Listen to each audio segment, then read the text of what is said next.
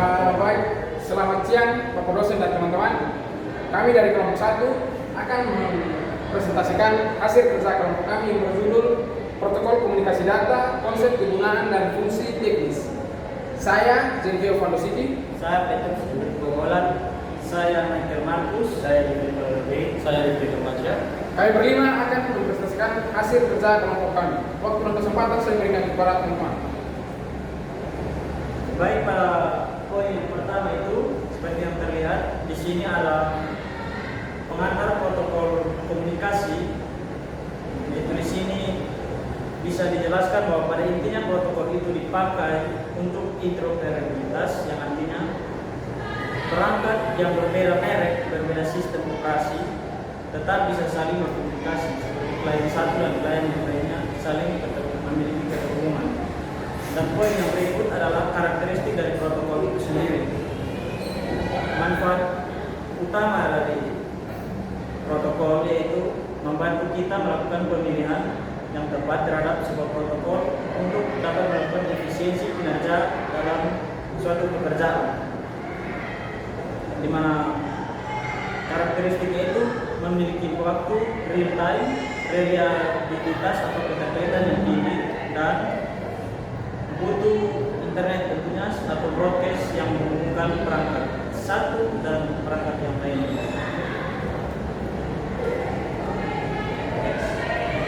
Baik, seterusnya fungsi utama protokol. Fungsi utama protokol yang ingin dicari di sini adalah komunikasi yang andal. Fungsi utama protokol juga membutuhkan efisiensi data. Komunikasi andal maksudnya itu seperti komunikasi antara penerima dan pengirim. Efisiensi data yaitu data tidak hanya terkirim, namun tidak juga boros jaringan atau short.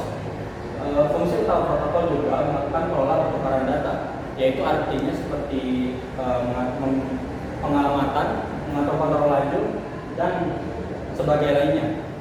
Berikut kontrol koneksi. Kontrol koneksi yang ingin dicapai di sini adalah koneksi yang stabil, terutama pada aplikasi yang berjangka panjang seperti web, email, dan transaksi online. Kontrol koneksi juga membantu menjaga koneksi stabil hingga awal sampai akhir. Kunci dari kontrol koneksi ini adalah membangun dan mengakhiri koneksi secara teratur melewati proses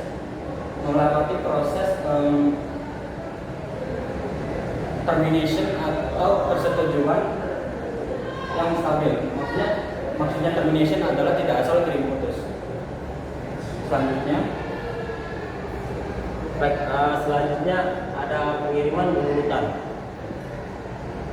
Jadi dalam sistem jaringan komputer itu sebenarnya data tidak dikirim sebagai satu file yang utuh, melainkan data dipecah menjadi paket-paket kecil.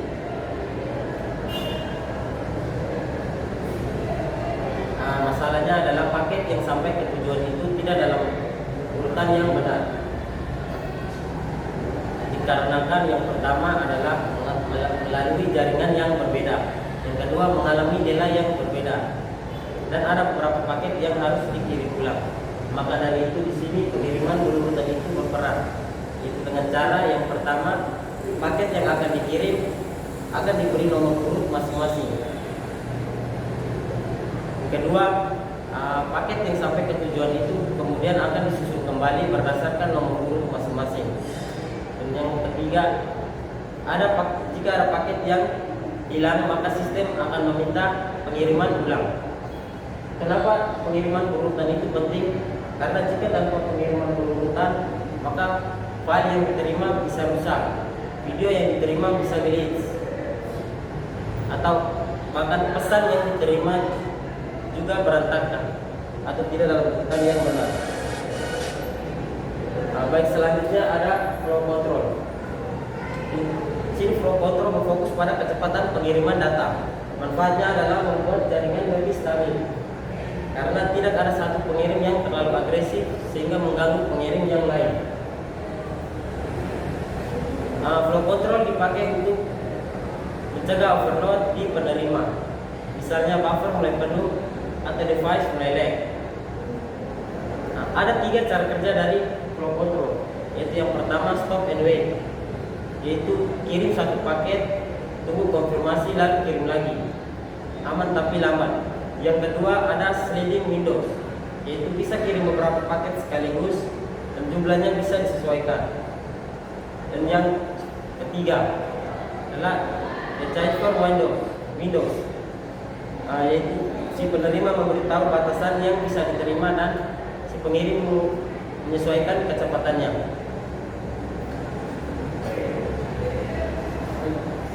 Next.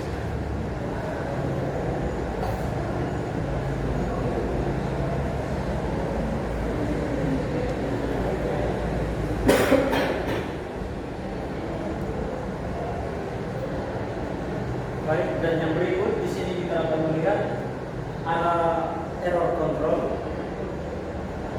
Dan di sini error control ini berperan untuk mengatasi kesalahan yang terjadi pada jalur komunikasi atau pada protokol yang sedang digunakan. Misalnya lewat sebuah checksum atau dikenal dengan istilah CRC dan mekanisme transmisi yang memiliki kepadatan jaringan. Dan disitulah error control ini berperan untuk mencegah dan mengatasi permasalahan tersebut. Dan berikut ada pengamatan jaringan yang memiliki tujuan yang tepat dan routing yang mudah. Pengamatan jaringan ini sebenarnya berperan sangat penting karena dianalogikan bahwa seperti seseorang ingin pergi ke tujuan lain tanpa adanya alamat yang jelas, dia akan mengalami loss paket dalam istilah jaringan, loss connection.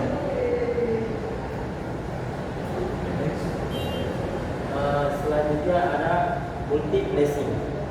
Terakhir, multiplexing. Manfaat utamanya adalah membuat jaringan lebih hemat kanal.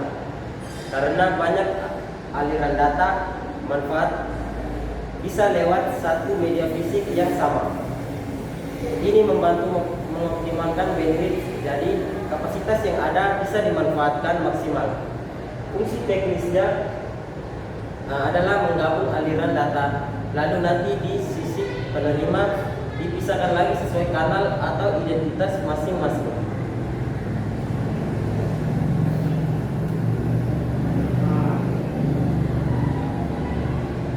Baik teman-teman, sebagai penutup atau kesimpulan, dapat disimpulkan bahwa protokol komunikasi data sangat memiliki peran yang sangat penting dalam mendukung proses pertukaran pada jaringan komputer, mulai dari perangkat protokol komunikasi hingga multiplexing.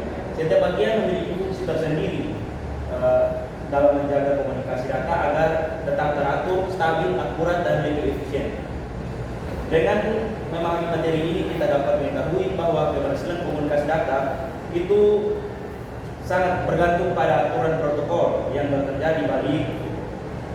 Sekian presentasi dari kami. Mohon maaf jika ada kesalahan, dan untuk sisa saya kembalikan kepada Pak Yo. Terima kasih. Apabila ada kata dan kalimat yang kurang menyenangkan, kami dari kelompok 1 mengucapkan permohonan maaf yang sebesar-besarnya. Terima kasih.